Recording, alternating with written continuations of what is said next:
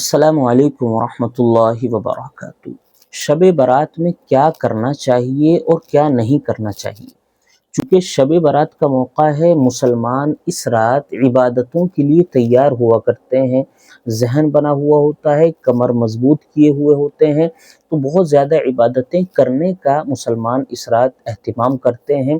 لیکن کبھی کبھار ناواقفیت کی بنا پر، پتہ نہ ہونے کی وجہ سے عبادات سمجھ کر بڑے بڑے گناہوں میں بھی شامل ہو جاتے ہیں۔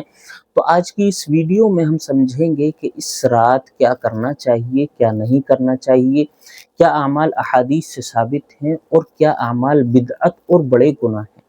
سب سے پہلے سمجھیے کہ اس رات شب برات میں آپ علیہ الصلوۃ والسلام سے پوری زندگی میں صرف اور صرف 3 اعمال ثابت ہیں، صرف 3 اعمال۔ اور یہ بھی ذہن نشی کر لیں کہ یہ تینوں اعمال نفل ہیں، نہ فرض ہیں، نہ واجب ہیں، نہ سنت مؤکدہ ہیں، صرف نفل ہیں۔ یعنی اگر آپ کرتے ہیں تو بہت اچھی بات، نہیں کرتے ہیں تو کوئی گناہ نہیں ہے، اور آپ سے کوئی پوچھ تاچھ نہیں ہوگی، کوئی پکڑ نہیں کی جائے گی، اور اگر آپ عبادت کر لیں تو آپ کو انشاءاللہ عام دنوں کی عبادت سے زیادہ ثواب ملے گا۔ تو یہ 3 اعمال آپ علیہ الصلوۃ والسلام سے ثابت ہیں۔ یہ کون کون سے ہیں اس کو سمجھیے۔ آپ علیہ الصلوۃ والسلام کی زندگی میں تقریباً 23-24 جو ہے شب برات آئیں نبوت کے بعد۔ تو آپ علیہ السلام ان شب براتوں میں سے صرف ایک شب برات میں قبرستان تشریف لے گئے رات کے وقت، اور ایسے چھپے ہوئے انداز میں اور آہستہ سے تشریف لے گئے کہ حضرت عائشہ رضی اللہ عنہا تک کو معلوم نہیں چلا، ان کو خبر تک نہیں ہوئی۔ تو اس رات پہلا عمل جو آپ علیہ الصلوۃ والسلام سے ثابت ہے وہ ہے قبرستان جانا، آہستہ جانا، چپکے سے جانا، شور شرابہ نہ کرنا، ٹولیاں نہ کرنا، وہاں جا کر چراغاں نہ کرنا، وہاں جا کر روشنیاں نہ کرنا، دعوتیں نہ کرنا، شور شرابہ نہ کرنا۔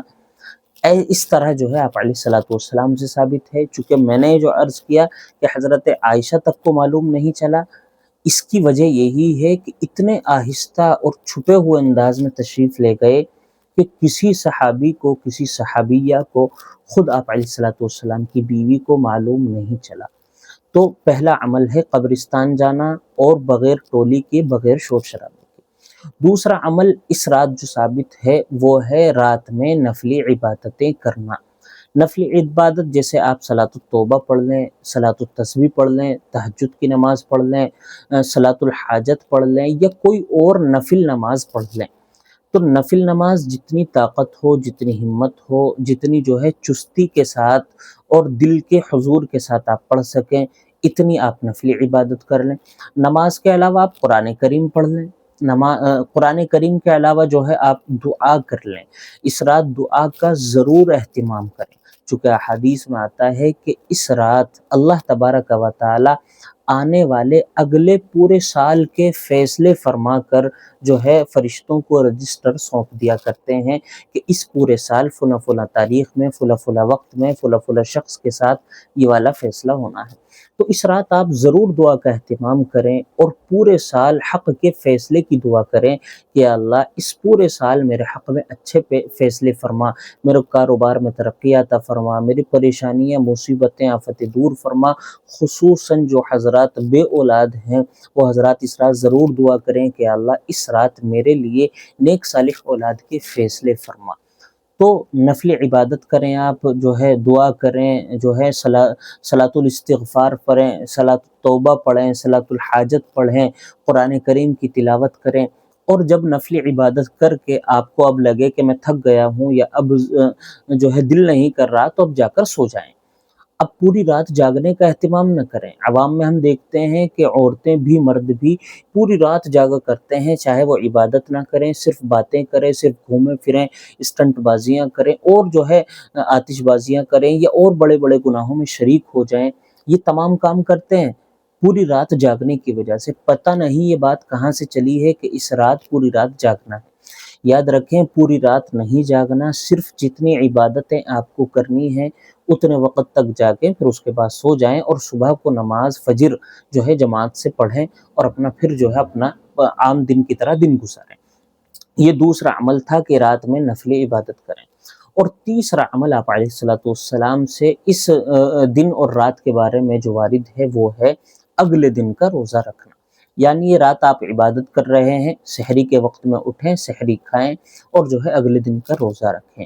اور یہ روزہ بھی نفلی ہے، یہ روزہ کوئی فرض واجب نہیں. یہاں یہ بھی بات یاد رکھیں کہ روزہ صرف ایک رکھنا ضروری ہے، دو رکھنے ضروری نہیں ہیں. دو اگر رکھ لیں تو اس کی بھی اجازت ہے، لیکن جیسے محرم میں ہم 2 روزے رکھتے ہیں، یہاں 2 روزے رکھنا ضروری نہیں ہے، صرف ایک روزہ آپ رکھ لیں وہ بھی کافی ہو جائے گا. تو یہ 3 عمل ثابت ہیں. اس کے علاوہ حلوے بانٹنا، آتش بازیاں کرنا، پوری رات جاگنے کا اہتمام کرنا، قبرستان جانے میں ٹولیاں لے جانا اور جو ہے خوب شور شرابہ کر کے جانا، اسٹنٹ بازیاں کرنا، یا اور جو بڑے بڑے گناہ ہیں ان سے اس رات بچنے کی کوشش کرنی چاہیے. چونکہ یہ یاد رکھیں جس طرح اس رات عبادت کرنے کا ثواب زیادہ ملے گا، اسی طرح اس رات گناہ کرنے کا گناہ بھی زیادہ ملے گا. تو گناہوں سے بچنے کی کوشش کریں، ثواب کے کام کرنے کی کوشش کریں. السلام علیکم ورحمۃ اللہ وبرکاتہ.